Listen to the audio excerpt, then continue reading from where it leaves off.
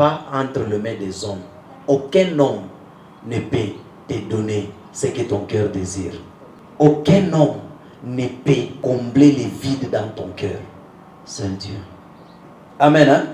Mais heureusement pour cet homme, pour ce jeune homme, ce n'était pas le péché qui était à la base, c'était Dieu qui était l'auteur. La Bible dit ceci dans Proverbe 27. Le juste marche dans son intégrité. Heureux ses enfants après lui. Si nos parents, nos ancêtres ont marché dans la vie droite, ils étaient intègres, ils craignaient Dieu, les enfants seront heureux. C'est pourquoi j'encourage tous les parents qui cherchent Dieu matin, midi, soir. Vos enfants ne souffriront jamais. Je vous dis la vérité. L'intégrité, c'est quand je travaille, je suis intègre. Je n'amène pas dans la maison les choses volées au travail. Je n'amène pas à la maison les choses du sang. Je n'amène pas à la maison les choses d'escroquerie. Les choses que les enfants mangent sont des choses saines. Même ton départ, les enfants seront heureux. Mais si tu n'es pas droit, ton départ, les enfants qui restent souffrent. Nous sommes ensemble. Hein? Regardez un homme, il craignait Dieu, il servait Dieu, mais là, il y avait un problème. Il y a des gens qui craignent Dieu mais ne sont pas intègres. Amen. Hein? Il y a des gens qui se détournent du mal et ne sont pas intègres. Il y a de ces jeunes hommes, ils ne draguent pas les filles, ils ne se prostituent pas, mais ils vivent dans la masturbation. Ils craignent Dieu, mais ils ne sont pas intègres. Amen. Hein? Regardez cet homme, il craignait Dieu, mais il n'était pas intègre. Mais après son départ, ça a créé des problèmes sur ses enfants. 2 Rois, chapitre 4, le verset 1. Amen. Hein? La Bible dit ceci. Une femme d'entre les femmes des fils des prophètes cria à Élisée en disant: ton serviteur, mon mari, est mort, et tu sais que ton serviteur craignait l'Éternel. Or, le créancier est venu pour prendre mes 2 enfants et en faire des esclaves. Le père, il craignait Dieu, mais n'était pas intègre. Il est mort avec la dette d'autrui. Amen. Hein?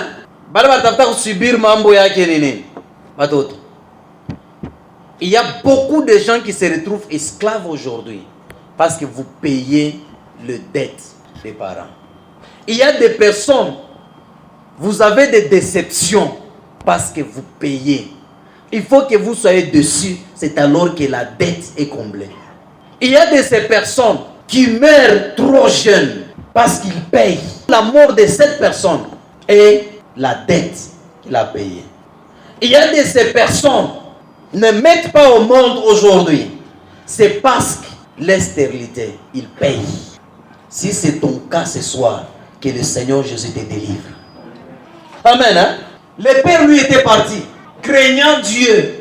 Et il était, la Bible dit, une femme d'entre les femmes des fils des prophètes. Son mari était dans l'enclos. Il était aussi parmi les élèves d'Élisée, le fils des prophètes.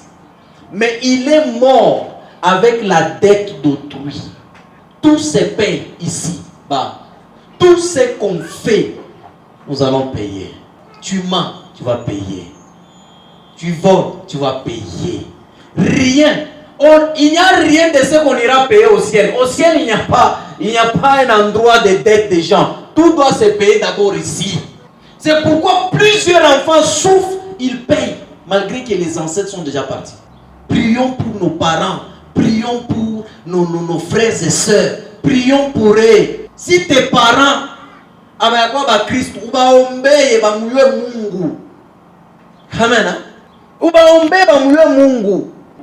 Personne n'échappera au mal qu'il fait aux autres. Il va les payer ici. S'il ne le paye pas ici, il laisse la dette aux enfants. Je ne sais pas si l'Esprit de Dieu nous parle. C'est pourquoi soyons intègres. Soyons droits dans tout ce qu'on fait. On craint Dieu, oui, mais à la crainte de Dieu, ajoutons l'intégrité. Soyons des hommes intègres. La crainte de Dieu ne suffit pas. Ajoutons l'intégrité. À l'intégrité, ajoutons la droiture. À la droiture, ajoutons se détourner du mal. La Bible dit, le juste marche dans son intégrité. Errer ses enfants après lui. Nous sommes ensemble. Il y a toujours une cause dans tout ce qui t'arrive. Il y a toujours une cause. C'est à toi de chercher la cause.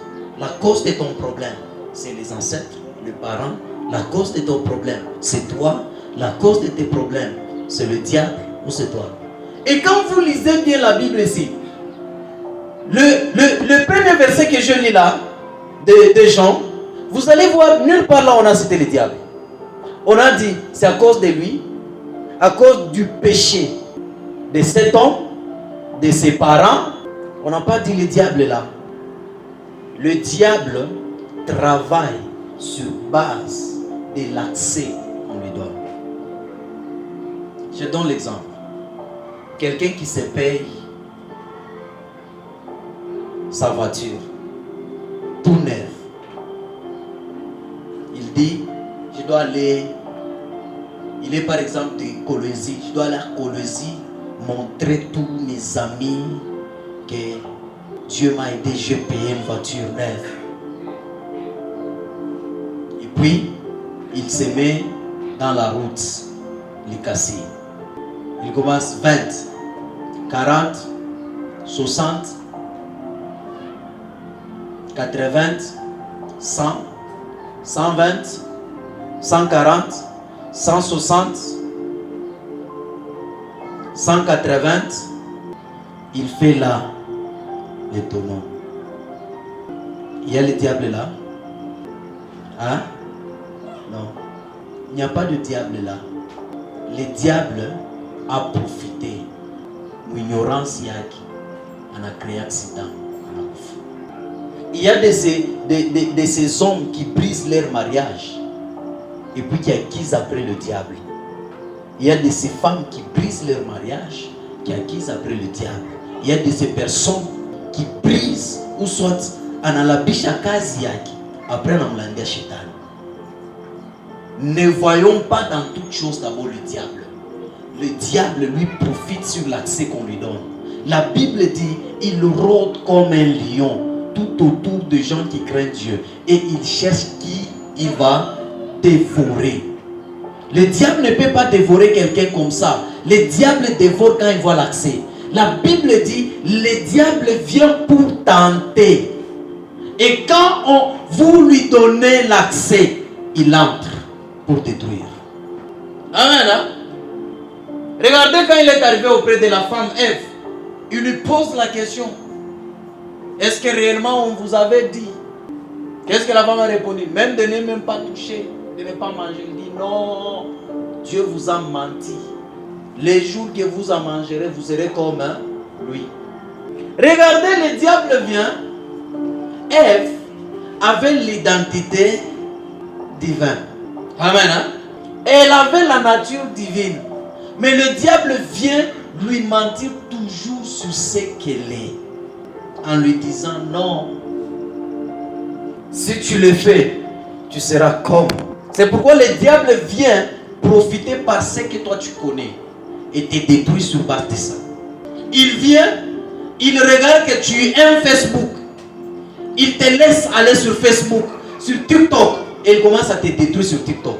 Il te pousse à publier des photos toute ta vie sur TikTok.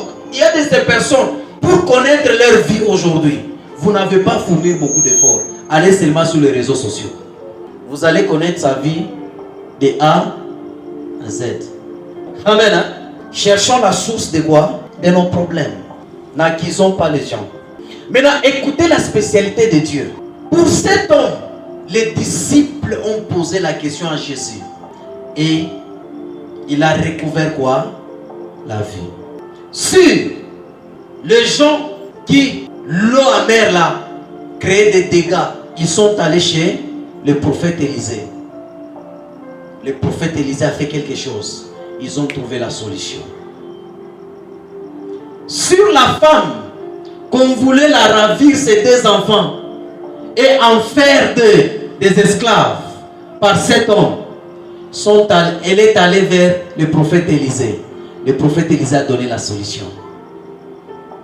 Mais toi aujourd'hui, laisse-moi te dire, je t'annonce, Dieu m'a envoyé. Ce soir, ton problème va prendre fin. Amen. Hein? Ce soir, ce qui est la cause à ta douleur va prendre fin.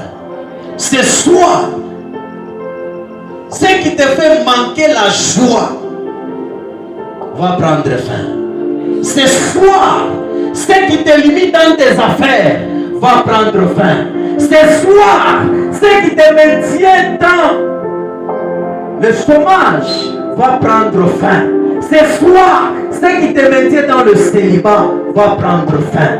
La sorcellerie de ta famille va prendre fin. Écoute la bonne nouvelle. Pour ton problème, malgré qu'il y a une cause, la bonne nouvelle est que 1 Pierre, chapitre 8, 18 à 19. La Bible dit ceci. Sachant que ce n'est pas par les choses périssables, par de l'argent ou de l'or, que vous avez été rachetés de la vaine manière de vivre que vous avez hérité de vos parents, mais par le sang précieux de Jésus, comme d'un agneau sans défaut, sans tache. Laisse-moi te dire, même si la vie de souffrance est ancrée dans tes veines, le sang de Jésus va te libérer ce soir. Même si tu as hérité la vie, il y a des vévages précoces, Dieu va te délivrer au nom de Jésus. Quand le sang de Jésus coule, la Bible dit l'eau amère créait des dégâts dans le corps des femmes. L'eau amère créait des stérilités, créait des avortements. L'eau amère amenait à la mort les troupeaux. L'eau amère fait sécher la semence que ces gens-là s'aimaient. Mais le jour que l'homme de Dieu est allé à la source, la Bible dit la solution est entrée. Je déclare la solution de Dieu dans ta vie. Je déclare la solution de Dieu dans ta vie. Que le sang de Jésus coule dans tes veines. Que le sang de Jésus couvre tes affaires. Que le sang de Jésus couvre ton mariage. Nous irons aujourd'hui où? À la source. Si tu connais la source, va à la source. Si tu ne connais pas la source, entre en prière. Dieu va te révéler. Que Dieu bénisse sa parole. Amen. Hein? Ok, nous allons entrer en prière.